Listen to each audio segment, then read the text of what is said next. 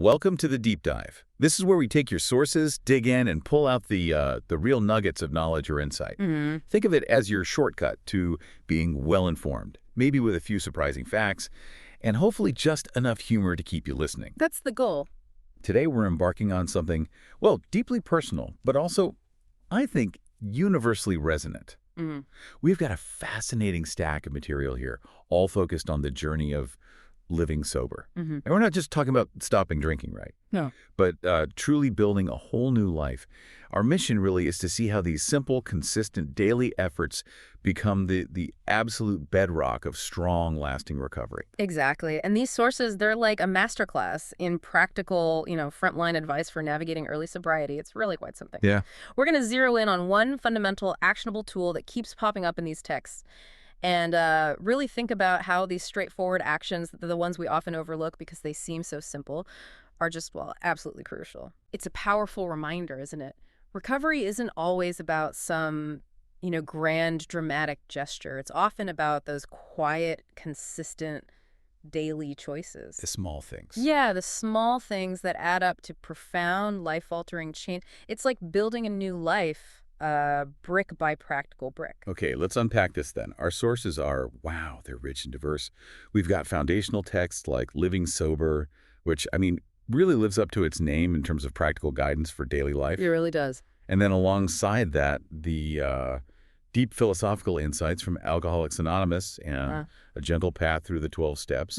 Core texts. Right. And we also have these intensely personal reflections, narratives like Drinking a Love Story and Unbroken Brain, and others too. Yeah, those add a whole other layer. They really do. But the core idea we're focusing on today, the absolute bedrock, it seems deceptively simple, but it's profoundly impactful. It's the power of connection and the undeniable kind of insidious danger of isolation in staying sober. Yeah, tension, yeah. It's a theme that doesn't just weave through these narratives. Honestly, it feels like it screams from the pages, like an essential lifeline, not just, a suggestion. No, definitely not just a suggestion. It's presented as vital. Okay, so let's dive into that first part. The hidden dangers of isolation in early sobriety. Imagine like a silent, almost invisible saboteur. It's not lurking in a bottle, but it's in the quiet corners of your own mind. That's kind of the feel I get about isolation here. That's a good way to put it. It feels natural to assume that tackling addiction is just about avoiding the substance, right? Avoid the booze, problem solved. Seems logical. Seems logical on the surface, yeah. But these sources, they hint at something far more subtle, maybe even dangerous, operating beneath that surface. Especially when someone tries to go it alone. What exactly is this something that makes being alone so profoundly risky? What's really insightful here, I think, is how isolation doesn't just invite temptation. It seems to actively rewire our internal monologue in a really destructive way sometimes. Rewire? How so? Living Sober highlights this brilliantly. It says thoughts of a drink can sneak into our minds much more smoothly and slyly when we are alone. Okay. Smoothly and slyly. Yeah. In that solitude, there's no external counter-argument, is there? There's no one to interrupt that insidious, often distorted logic of addiction. Right. You're just in your own head. Exactly. So it's not just a craving. It becomes this profound cognitive vulnerability. And when a person feels lonesome, that urge for a drink seems to have special speed and strength. Wow. Speed and strength. It's like the mind, left to its own devices, sort of becomes its own worst enemy. It amplifies the very thoughts you're desperately trying to escape. That amplification, that's chilling, isn't it? Who hasn't convinced themselves of some slightly dubious idea when they've just been stewing on it alone for too long? We all do it to some extent. Right. But in sobriety, that kind of bitter privacy, as one source calls it, that can be deadly. So, okay, someone's navigating early sobriety, incredibly delicate, challenging time. There's often this impulse to retreat, right? Maybe out of shame or just sheer exhaustion. Very common. How do these sources help us tell the difference between a healthy bit of solitude for reflection and that dangerous, bitter privacy that actually feeds the addiction? Because that line feels like it could get blurry really fast. It can, and that's a crucial distinction. The sources make it pretty clear. Healthy solitude is purposeful. It's for meditation, for planning, for genuine self-care. Big intentional. Intentional, exactly. But bitter privacy is when that solitude turns morose or self-pitying. That's the language used. Morose or self-pitying. Got it. The key indicator is the emotional landscape it creates. If you find yourself just spiraling downwards, where your thoughts become overwhelmingly negative, self-defeating, circular, that's when it transforms into a dangerous echo chamber. Yeah, I can see that. Living sober actually goes as far as to suggest that almost any company is better than a bitter privacy. Wow, almost any company. That's strong. It's a stark warning, isn't it? It suggests that the internal dialogue, when it's fueled by unchecked isolation, can be this incredibly potent enemy. Maybe even more dangerous than external temptations at certain moments, because it just systematically dismantles your resolve from the inside out. Dismantles from the inside out. And it creates this incredibly elaborate charade, doesn't it? This whole keeping up appearances thing, which raises the question, why exactly does isolation foster these dangerous thoughts, these destructive internal dialogues that lead to such a profound split inside someone? Because it's clearly not just about feeling lonely, is it? There's a deeper psychological mechanism at play. Precisely. And our sources reveal this strong, often heartbreaking link between being alone and maintaining what Drinking a Love Story calls a double life. A double life. Yeah. The text explains that active alcoholics spend immense, just exhausting energy constructing facades, trying to appear lovable and worthy and intact to everyone else. Oh, putting on a brave face. Exactly.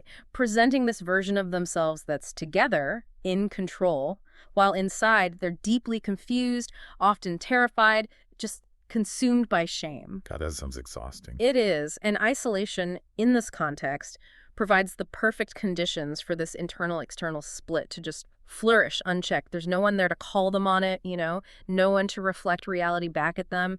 It allows them to keep living in this elaborate, self-created deception without the mirror of honest human connection.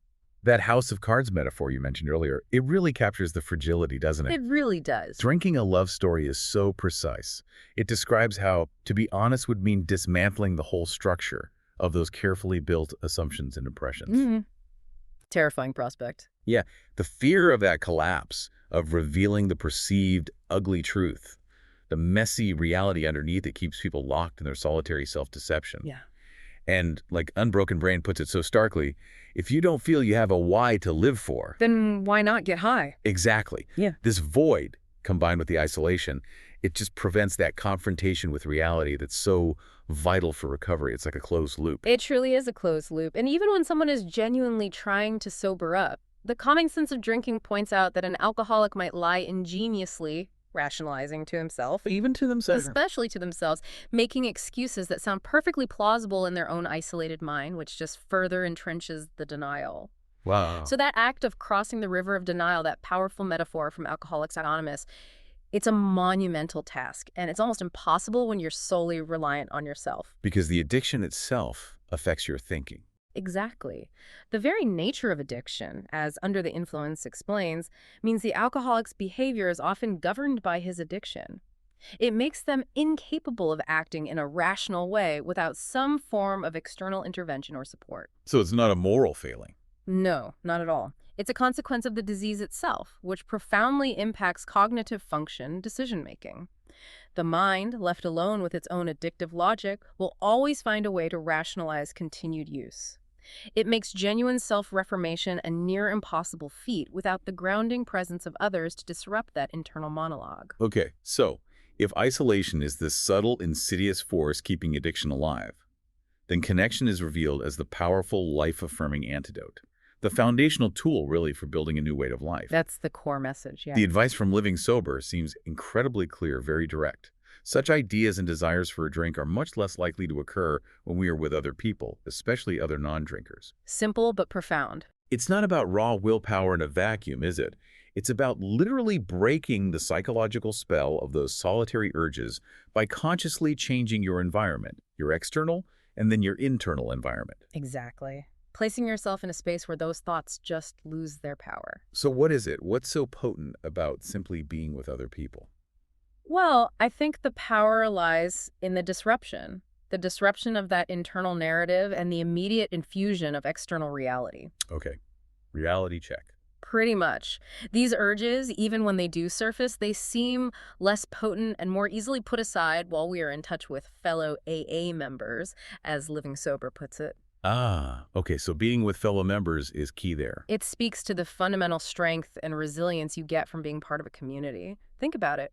When you're alone, a craving feels like this private, all-consuming emergency. Like it fills your whole world. But in a room full of people who understand, who get it, it becomes a shared experience. It becomes less terrifying, more manageable somehow. Makes sense. And even if you're feeling okay, not that sick physically, just sweating it out in the company of other AA members provides this unique kind of understanding and relief. Why? Because they've been there. Exactly. As the text plainly says, we have been there. This shared experience creates this bond of empathy, of identification that just chips away at the shame and loneliness that fuel addiction. Yeah, that Me Too factor. It's the knowledge that you are not alone in this struggle, that others truly get it.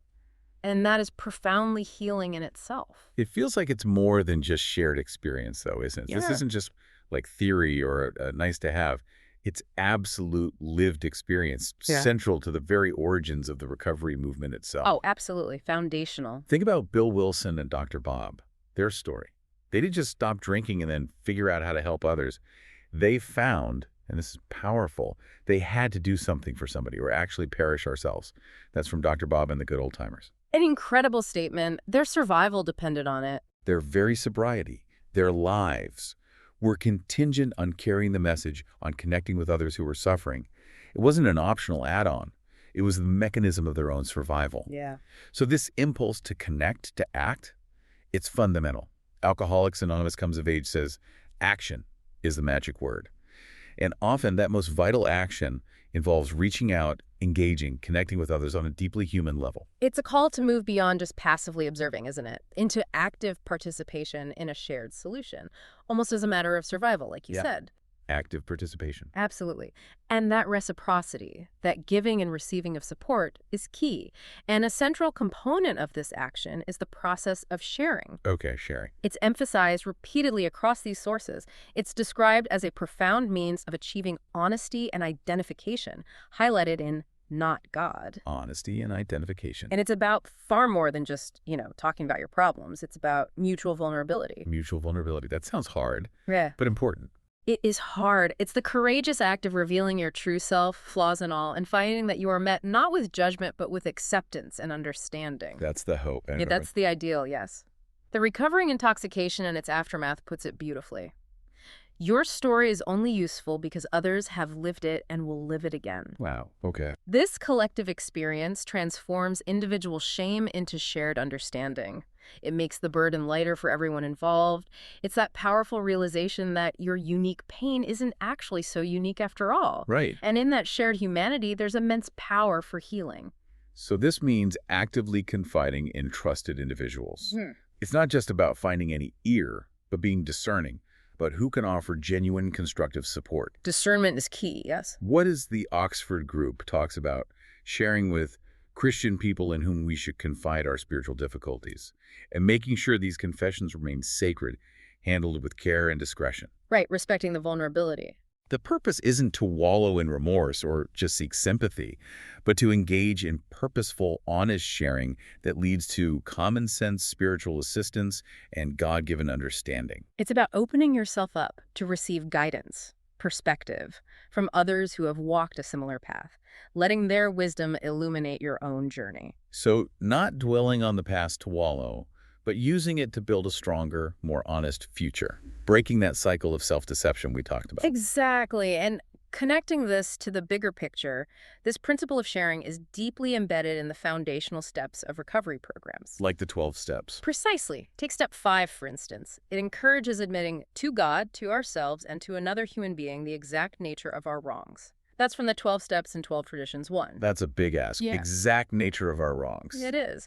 And this fearless admission of defects is explicitly stated as necessary to sobriety and peace of mind. Necessary. Not just helpful. Necessary. It's described as offering a beginning of true kinship with man and God, and crucially, helping to lose sense of isolation. There it is again. Losing the sense of isolation. This act of open, vulnerable communication is a powerful mechanism for shedding those layers of self-deception and shame. It fosters genuine connection and creates a foundation for lasting change. It's like a profound declaration, I'm not willing to carry this burden alone anymore. And in that, you find connection. You find connection. Okay, so we've established the why and the what of connection, but practically speaking, What does this essential connection look like day to day? For someone in early sobriety grappling with those insidious thoughts, what are the immediate actionable ways to cultivate this? Because it can feel overwhelming, right? Just being told to connect. It absolutely can feel overwhelming. But the beauty of these sources, especially living sober, is their emphasis on simplicity, on the practical. Okay, good. Simple is good. One incredibly practical yet profoundly effective method is as simple as using the telephone. The phone. Yep. Reaching out to a fellow member when urges or difficult thoughts strike. Living Sober advises this directly. And it's not just a casual suggestion, it's presented as a practical, immediate action. How does that help? It disrupts the isolating thought pattern. It allows external support to break through that internal chaos. Think of it like hitting the reset button on that dangerous internal monologue. Okay. Interrupting the spiral. Exactly. It's about having a ready lifeline, a tangible way to literally reach out when you feel yourself slipping back into that dangerous solitude. It's a direct counterattack to the sly and smooth way those thoughts of a drink can creep in. Okay. The phone. Simple, direct. Mhm. What about more structured forms of connection? Because, many people associate recovery with support groups like AA meetings, but they might not get why those gatherings are so important beyond just listening to stories. That's a really important point. The role of attending meetings. 30 meetings in 30 days, you hear that sometimes. It was apparently an early standard prescription for newcomers in AA. 40 and 30, wow. Yeah, it reflected this deep-seated faith that if one brought the body, the mind would follow. That's from Not God. Bring the body, the mind will follow. No. These gatherings aren't just for discussion or passive listening. They're meant to be vibrant, alcohol-free spaces where people can actually have much fun sober. Fun, sober. That might be a new concept for some. It can be. And places where, as Daily Reflections points out, people realize that freedom from fear was more important than freedom from want. Freedom from fear. Powerful. They are places of communal healing, shared laughter, mutual identification, all of which directly counteract the shame and loneliness that drive addiction. It's a consistent, visible demonstration that life can be full and joyful without alcohol. And that you're not alone in trying to build that life. Precisely. They literally pull you out of isolation and into a community. Okay. And for those who need something more, personalized, more ongoing guidance, there's this relationship that's foundational in many recovery programs. Sponsorship. Ah, yes, sponsorship. Truly a cornerstone, an individualized form of connection. What's its role in fostering this connection we're talking about? Well, Courage to Change, the Al-Anon text, states that the interchange between sponsor and sponsored is a form of communication that will nourish both of you. Nourish both. Interesting. This relationship provides a trusted guide, someone with personal lived experience in recovery, someone you can lay the matter before, as Daily Reflections suggests, and ask for God's help and guidance. So, more than just an advisor. Oh, much more. They're a living example of sustained recovery, a beacon of hope and practical wisdom. They offer a consistent point of contact in what can often feel like a very confusing new world. Someone who gets it, who's been through it? Exactly. They provide accountability, they share their own experience, strength, and hope. They help you navigate the specific steps and challenges of your journey. They ensure you never have to face a difficult decision or a dangerous thought entirely alone. They are that consistent other that breaks the isolation. Okay, so we've covered the dangers of isolation, the immediate tools of connection, the phone, meetings, sponsorship. But the journey of sobriety, propelled and sustained by these connections, it's clearly far more than just not drinking. Oh, much more. It's not just removing a destructive habit, it's actively constructing something new. What is this new way of life that emerges? It's often described as a spiritual awakening.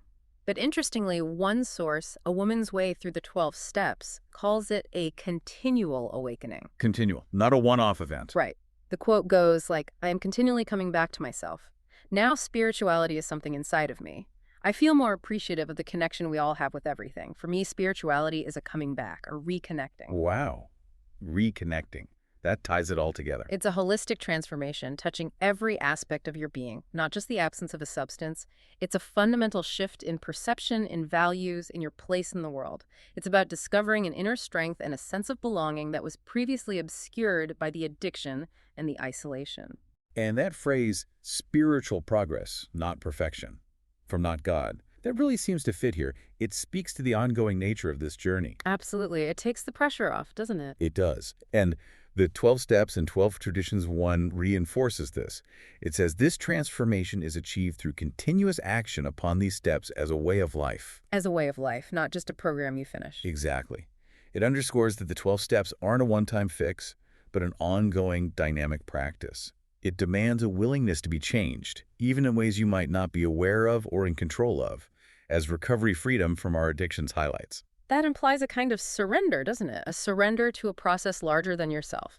An openness to growth that might unfold in unexpected directions. Taking you beyond just not drinking into a richer, fuller existence, maybe. It seems to be the promise, yes. Okay. And key to this ongoing transformation, this way of life, seems to be the practice of personal inventory.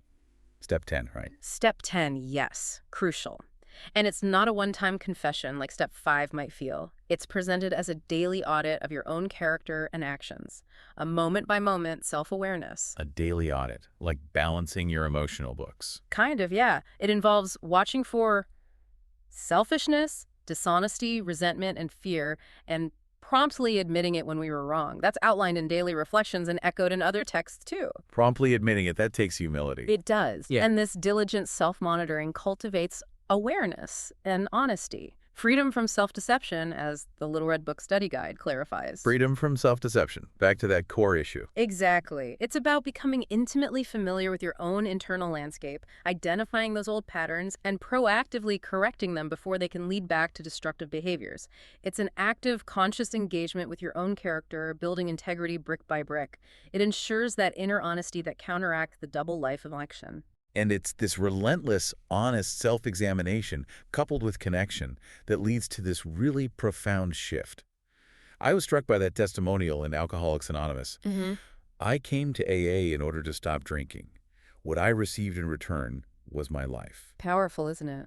So many echo that sentiment. It really encapsulates that shift, doesn't it? From the negative things that first make someone stop losing health, job, family, to the positive rewards that emerge from sustained recovery. The Courage to Change talks about that too. While the initial push might be pain or loss, the true gifts are the newfound purpose and joy that redefine existence, moving from just surviving to actually living. A complete reevaluation of what makes life worth living, discovering intrinsic value and meaning. And this new purposeful life is fundamentally built on humility, but not in the sense of being, downtrodden. Right. How do they define humility here? The Little Red Book Study Guide defines it as a true evaluation of conditions as they are and an acceptance of myself. Okay.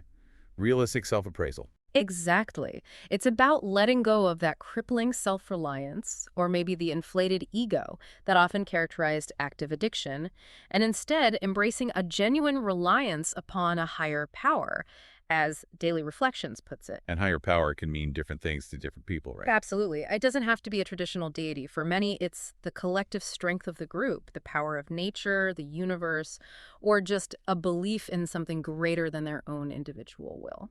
So it's not about becoming servile.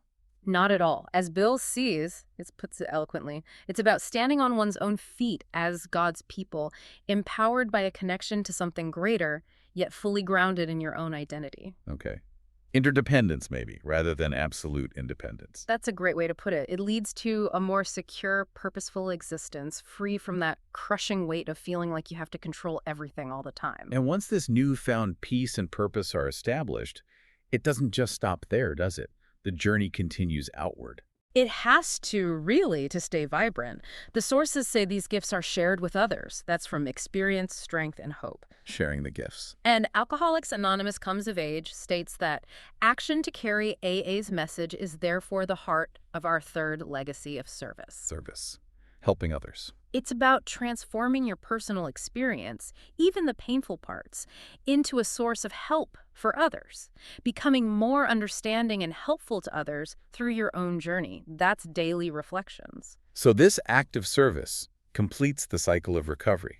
It solidifies your own sobriety by extending a hand. That seems to be the mechanism, keeping that vital connection alive by giving back.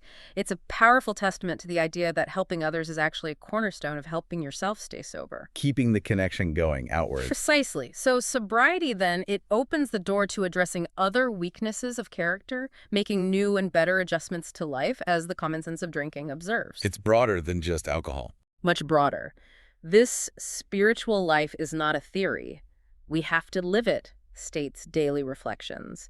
It's a continuous process of coming back to yourself, reconnecting with your authentic self and the world around you, finding a sense of purpose that makes each moment a precious gift. That reconnecting theme again. It runs through everything. It's an ongoing evolution, not a destination.